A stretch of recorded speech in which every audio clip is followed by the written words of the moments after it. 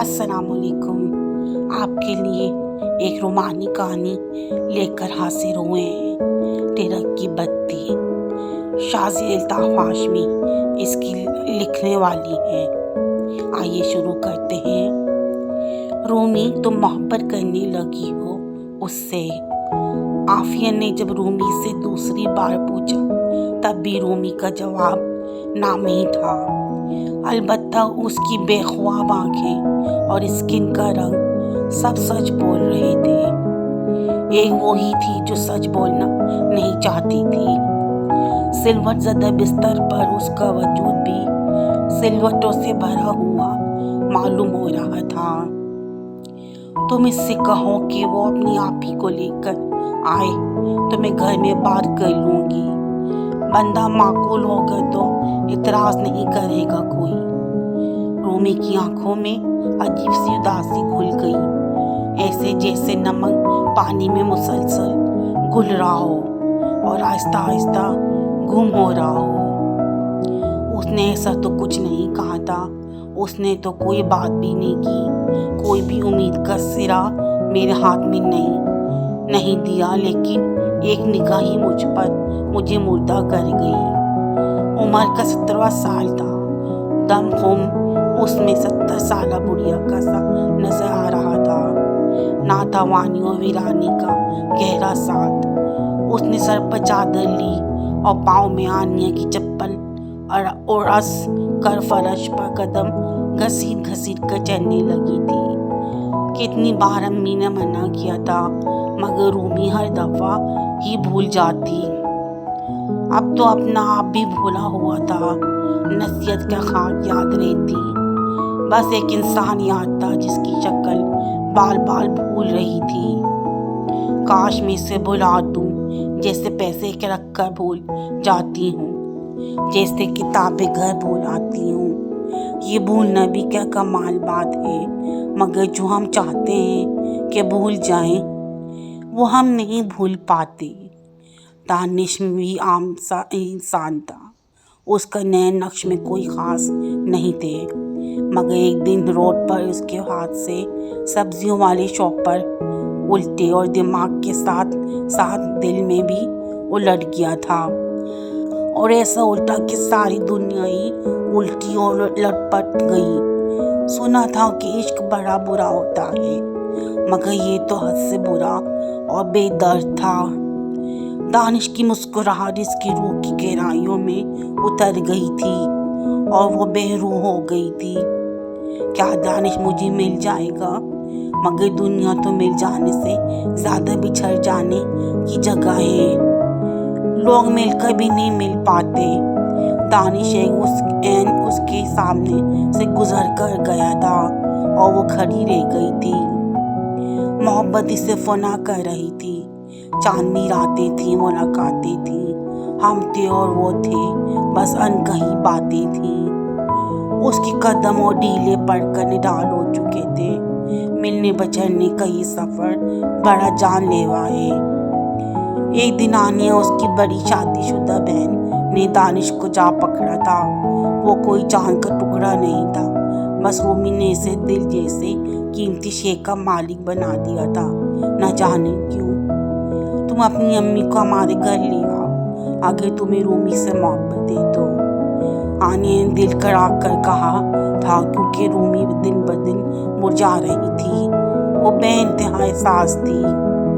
एक आज़ाद धड़कता है यहाँ सीने में। अब तुझे कैसे बताएं कि मोहब्बत क्या है? दानिश का कह के बेसाख्ता था। अभी मेरी शादी में तो बहुत देर है। 2 बड़ी बहनें बैठी हैं, पहले उनका फ़र्ज़ पूरा करना है। उनका फ़र्ज़ अदा होने से पहले रूमी एक ऐसा कर्ज चुकाएगी जो इसने कभी लिया ही नहीं था। उस कदर बेपरवाही। तो क्या तुम्हें रूमी पसंद नहीं? बहुत पसंद है, बहुत अच्छी लगती है मुझे। दानिश की निगाहों में वो कुछ नहीं था जो रूमी के दिल को गर्क कर रहा था। जब ये लोथड़ा बेवफा हो जाए तो और क्या कर सकता है? उसने बड़ी बगावत और कहीं नहीं की। ये किसी की बात नहीं मानता, किसी की नहीं सुनता, मगर आनिया ने एक फैसला कर लिया था। रूमी के टूटे हौसले देखकर। दानिश के मुख्तसर कॉल आने पर रूमी ने सिवाय रोने के और कुछ नहीं किया। रो रो कर उसका बुरा हाल था, मगर दानिश ना बात कर रहा था ना जवाब दे रहा था। आनिया को रूमी की नागह हालत से डर लगने लगा था। आप खुद आकर मेरी अम्मी से बात कर लें तो हो सकता है कि वो मान जाएं। दानिश ने बहुत इसार पर यही राह दिखाई थी जो जिल्लत से पुर थी। तो क्या अब रूमी और मैं खुद जाकर अपना रिश्ता पेश करें? वो क्या कह रहा है? अल्लाह आपको लड़कियों के दिल बहुत मजबूत बनाने चाहिए थे, ये बड़ी जल्दी मुरझाते हैं। आनिया का देवर हुसन अच्छी शक्ल का खुशमिजाज नौजवान था। उसे लगता था कि वो ज़रूर रूमी को संभाल लेगा, क्योंकि वो रूमी को पसंद भी करता था। उसने रात खाने के बाद हसन के बड़े भाई और अपने शौहर हुसैन से कहा कि वो रूमी को हसन के लिए मांग लें। रात धीरे धीरे सरक रही थी और आनिया का दिल अपनी बहन के लिए बेकरार था। इस दर्द दिल बल्कि दर्द सर का इलाज सिर्फ हसन के पास था। उसने हसन से कहकर आन फान निकाह की तकलीफ का इत्मीनान कर डाला था। रूमी इसके समझाने बुझाने पर और बुझ गई थी। उस बुझे हुए चिराग को दोबारा जगमगाने के लिए हसन ने शेर पढ़ा था रूमी को देखकर। हे आपके होठों पे जो मुस्कान वगैरह, कुर्बान गए इस पे दिल जान वगैरह। महीनों बाद रूमी का टूटा दिल जरा सा मुस्कुराए तो आनिया को सकने सकून की सांस ली। जिंदगी में कोई ना कोई होता है जो आपको बिखेर देता है और फिर कोई आता है जो आपको समेट लेता है। हसन बगैर जाने इसे तिनका समेट रहा था, ये समझ कर कि अभी वो सिर्फ 17 साल की है और निकाह के लिए तैयार भी नहीं थी।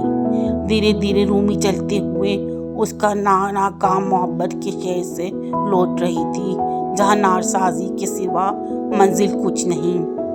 एक दिन दानिश की कॉल आ गई थी, क्योंकि रूमी ने उससे बहुत मोहब्बत की भीख मांगना छोड़ दी थी। रूमी कहाँ है? कॉल आनिया ने अटेंड की थी। तुम आ जाओ, रूमी तुमसे मिलना चाहती है। चले मैं आ रहा हूँ। अब वो ट्रक की एक बड़ी बत्ती लेकर रूमी से मिलने आ रहा था, उसकी बेकरारी का तमाशा देखने।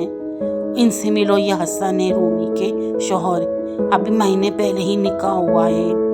इंशाल्लाह अगले साल रुखसती है और वहाँ मिलने मनाने पर पाबंदी नहीं है। रूमी को इसके साथ रहना पसंद है। दानिश के हाथों में जो छोटी झूठी मोहब्बत के दिए थे सारे बुझ गए थे। चेहरे का रंग बदल गया था। कैसे इसने रूमी के सारे रंग छीन लिए थे। मोहब्बत तो दिलासे का नाम है। रूमी का हाथ हसन के हाथ में था, जो जरा सा ही कांपा, मगर इसने इसे मजीद कांपने नहीं दिया, क्योंकि वो ट्रक की बत्ती के पीछे और नहीं हाँप सकती थी। ये थी कहानी। आपको कैसी लगी मुझे कमेंट्स करके बताएं। लाइक करें और शेयर करें और सब्सक्राइब करना ना भूलें।